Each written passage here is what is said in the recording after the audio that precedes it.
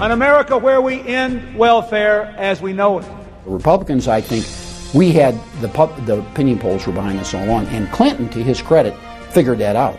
If you're digging a hole and you keep getting deeper, the first thing you do, stop digging. One of the great accomplishments of Congressman Talent and Senator Faircloth was to tell the Republicans, just ignore the Congressional Budget Office. Persistence, thy name is Robert Rector. If we were going to see structural reforms of these programs, it would have to have a broad coalition. Welfare reform has been one of the biggest success stories in government in a generation. Once we gave people the incentive to do those things, they started getting out of poverty. It's been 10 years since one of the most important pieces of legislation in our nation's history became law. The Personal Responsibility and Work Opportunity Reconciliation Act, what simply became known as welfare reform, was signed into law in August 1996. 10 years later, child poverty has fallen, welfare caseloads have been cut in half, fewer families are on welfare than at any time since 1969, and the explosive growth of out-of-wedlock childbearing has come to a near standstill. It's rare that one piece of legislation makes that kind of difference. That's why we believe the 10th anniversary of welfare reform is such an important milestone to mark, and the history of how it happened is important to remember. People had been talking about welfare reform really from the 70s onwards. I mean, when it was clear that the war on poverty did not destroy poverty. You got the one view of reform, which is really, you just got to do more. You've got to be more intensive. We're just not doing enough. And then you got the other view, which was, no, there's something wrong with these programs. When we started thinking about it in the mid to late 1980s, there was just mounting dissatisfaction with the system across the board, and there was a growing scholarly and intellectual consensus about the problem. And so almost no one could be found who would defend the status quo, but everybody feared the remedies. And so the question was how to overcome the distrust of the traditional guardians of the welfare programs. Ronald Reagan had a long history of wanting to require welfare recipients to work in exchange for benefits. He tried to do that in California when he was governor, and virtually every year of the 8 years that he was in the White House, they sent up a mandatory federal work requirement bill, which the democratically controlled Congress proceeded to immediately bury and ignore. The discussions, I think, during the 80s about welfare reform during the Reagan administration did two things. It created sort of an appetite for welfare reform. It put a lot of these programs under the kind of scrutiny that I don't think they'd had. I think Charles Murray was a very important piece of the whole equation. He produced a book on the subject that was really promoted in a way that caught people's attention and forced a debate. People had to respond to that. They couldn't ignore it. Like everybody else, we were looking at the results of programs and saying they aren't good enough. Our welfare system was clearly broken. Public housing was a mess. Criminal justice system in need of systemic reforms. So there was a bit of an intellectual convergence, a left-right convergence, which Stuart Butler and I tried to capture in a famous left-right conference with Heritage Foundation and PPI back in the early 90s. Responsibility starts at the top. That's what the new covenant is all about. An America where we end welfare as we know it.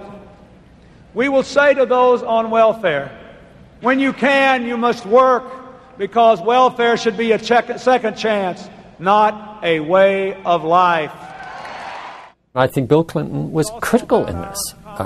Nobody really could dispute his commitment to the objectives of the welfare system and the Great Society. That was a helpful admission in 1992, that welfare had to be fixed. It wound up meaning fewer and fewer Democrats were willing to defend the status quo. When he said that, he gave a bipartisan imprimatur, at least to the idea that the old system had to go. And once that happened, then the liberals were not talking about how to change it because they really were still committed to the old system, and that left the field open to conservatives to shape the direction we were going to go in. Bill Clinton had the support of the New Democrats. We felt strongly that, in fact, he should have pressed for welfare reform in the first year, 93, going into 94. the decision was made to put health care at the center at that time, and I think that was probably a decision that many in the Clinton world regret now. Congressman Talon worked very diligently through the whole summer of 1994 to put his serious reform provisions into this obscure document called the Contract with America, which the Republicans were drafting. And I told him that that was a total waste of time, because who would possibly care about this document, and that he shouldn't do that. But he ignored me. I think the Contract with America is really important here. And I say that because Republicans in the House had been writing this bill. And the Contract with America was really the third version of our bill. And we worked out all of our fights behind the scenes. Essentially, they just ran that in front of the Republican Party and derailed the liberal reform that was largely cosmetic. And very importantly, that prevented the Republicans from signing a bill with Clinton during the summer of '94, which, if they had done that and given that issue to Clinton, I think they would never have taken control of the House of Representatives. When the terms of debate had shifted, an appetite had been created, it was harder and harder for liberals to defend these programs, and who comes to Capitol Hill? Some extremely bright, committed young conservative members. Again, a really happy circumstance. I think the work of Marvin Olasky, the work of Bob Woodson and the neighborhood groups and so on, what we had was a vision of how neighborhoods worked and how civil society functioned. I commend to all of you Marvin Olasky's The Tragedy of American Compassion. Olasky goes back for 300 years and looks at what has worked in America, how we have helped people rise beyond poverty, how we have reached out to save people. I was sitting in my living room just watching his first speech as speaker, and then suddenly he's talking about my book. It's very, very strange, but exciting. What Newt Gingrich and the leadership did was turn to the Center for Neighborhood Enterprise and say to us, would you give us input from the grassroots community? Because we don't want to make these decisions on our own as scholars or as politicians. And so we reached into our vast network of grassroots leaders and asked them what policies should be authored to address welfare reform. And it was called the Grassroots Alternative to Public Policies, or GAP Task Force. And one of the first recommendations was 2 years and you're off. This came from former welfare recipients, to say that welfare destroys your dignity. So we brought what the government was doing much more into line with the traditions and the values of American cultural life.